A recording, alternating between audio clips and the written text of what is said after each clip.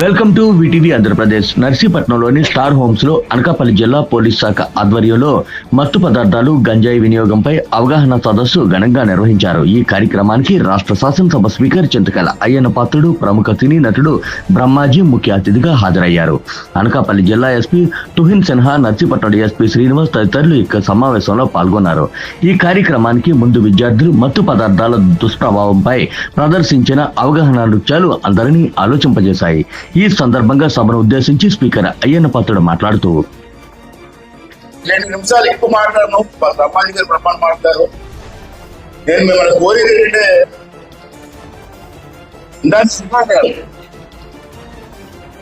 DSP గారు ఇది గంజాయి గురించి వద్దు అని చెప్పే సభ. ఈ సభకి చిన్నపిల్లల అవసరం అన్నాము. గంజాయి తాగేసేవారు దుర్మార్గులు, పెద్దలు. ఆయన ట్రీట్మెంట్ ఇవ్వాల్సి పిల్లలు ఏం చేస్తారు పాపం, ఏం చేస్తారు? వీళ్ళ మాట అలా నాన్న వింటాడా? వీళ్ళ మాట వీళ్ళ అన్నయ్య వింటాడా? ఉంటుంది కదా. మరి ఎక్కడ ట్రీట్మెంట్ ఇవ్వాలా? మేము రాష్ట్రం అంతా తిరుగుతూ ఉంటాం. కొన్ని సందర్భాలు చూస్తుంటే కళ్ళంటే నీళ్ళు వస్తాయి.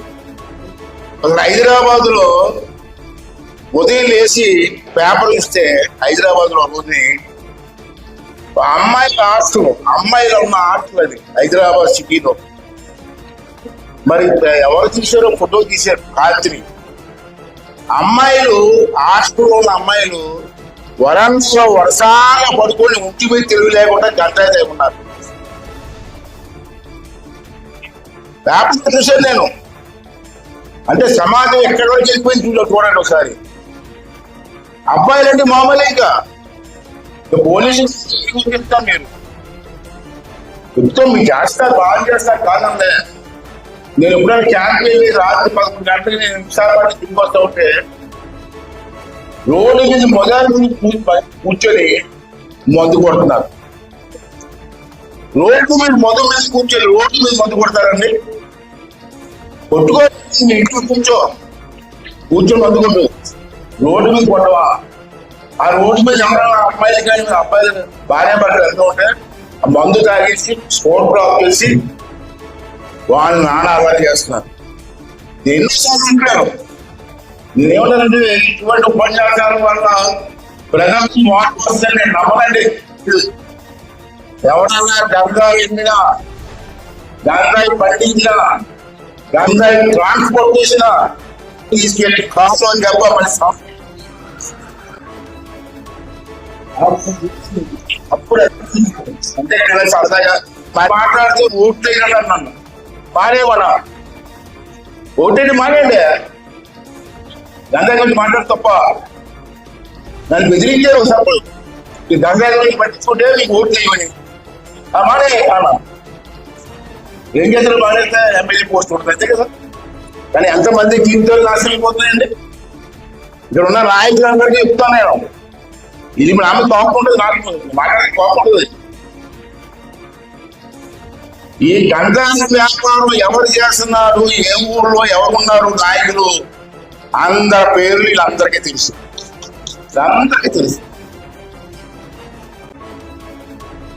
గంజాయి వ్యాపారం ఎవరు ట్రాన్స్లేట్ చేస్తున్నారో పేర్లన్నీ కూడా మీకు తెలుసు. కానీ ఎందుకు చెప్పరండి? పోలీస్ స్టేషన్కి వెళ్ళి ఎందుకు చెప్పరు? భయమా? సమాజం పోయినా పర్లేదా? చాలా తప్పు చేస్తున్నారు మీరు.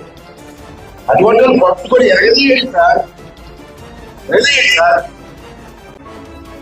ఆదిమా తల్లిదండ్రులు మీ అబ్బాయి ఉన్నాడు, వాడు ఏం చేస్తున్నాడే ఈ గంజాయి వ్యాపారానికి డబ్బులు వస్తాయని చెప్పి ఆశపడతారు. మీ అబ్బాయి వ్యాపారం చేయడు, వ్యాపారం చేసే వాళ్ళు మీరు ఉంటారు. వాళ్ళు ఏం చేస్తారంటే మీ అబ్బాయిని ట్రాప్ చేస్తారు. బాబు ఈ గంజాయి తీసుకెళ్ళి పలానా దగ్గరికి నువ్వు తీసుకెళ్ళి ఇంకో డబ్బు ఇస్తావు అన్నారు. పాప కుర్రోళ్ళు ఆ డబ్బుకి ఆశపడి ఆ గంజాయి మోటార్ సైకిల్ తీసుకొని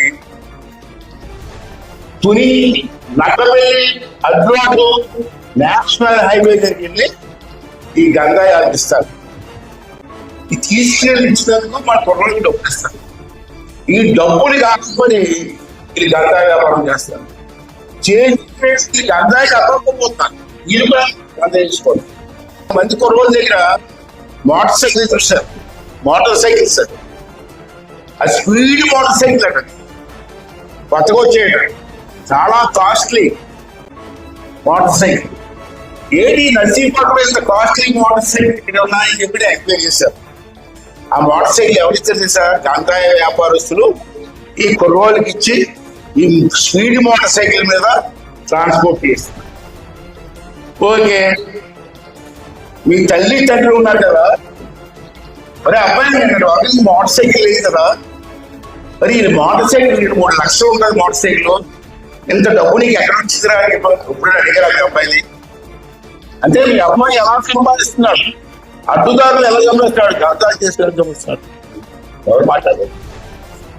ఎంతమంది జరుగుతున్నాయండి ఈ గంజాయి? మీ ఆస్తి బతుకులు పోటైపోతున్నాయి. అంచేది మీరు అందరినీ కోరుకుంటే ఎక్కువ మాట్లాడకుండా, మీకు ఎవరైనా గంజాయి వ్యాపారం చేస్తారని తెలిస్తే అన్ని పోలీసులకు ఇన్ఫర్మేషన్ ఇవ్వండి. ఏం చేస్తారండి? సమాజం బాగుపడుతుంది. కాలేజీలో కూడా ఎక్కువైందండి గంజాయి. హాస్టల్లో రాత్రులు గంజాయి అవుతున్నారు. ఇంజనీరింగ్ కాలేజ్ హాస్టల్లో మరి ఆ పిల్లలు ఇంజనీరింగ్ అయిన తర్వాత భవిష్యత్తు ఏంటి? నేను పెళ్లి అయిన తర్వాత భార్య భవిష్యత్తు ఏంటి? పిల్లల భవిష్యత్తు ఏంటి? అది కంట్రోల్ చేయండి సార్. పోలీసు స్ట్రిక్ట్ గా ఉంటే ఎవరు తెలియదు సార్. మనకి పిల్లలు ఉన్నారు, మీకు పిల్లలు ఉన్నారు, మాకు పిల్లలు ఉన్నారు. అది ఈ పిల్లలు మన పిల్లలు లాంటి వాళ్ళే. ఈ భవిష్యత్తు కోసం ఎక్కడ వదలొద్దండి. ఇన్ఫర్మేషన్ కావాలి, నేను ఇస్తాను. మీకు ఎవరెవరు ఉన్నాడు మీకు దమ్ముంటే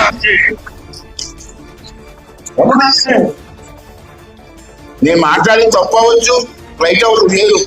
నా మనసులో ఉన్నది మాట్లాడతాను. ఈ యువతరం మాత్రం పాడవకూడదు.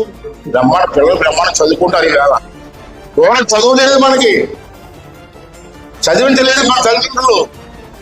ఇవాళ పిల్లలందరూ బ్రహ్మాండం చూస్తారు.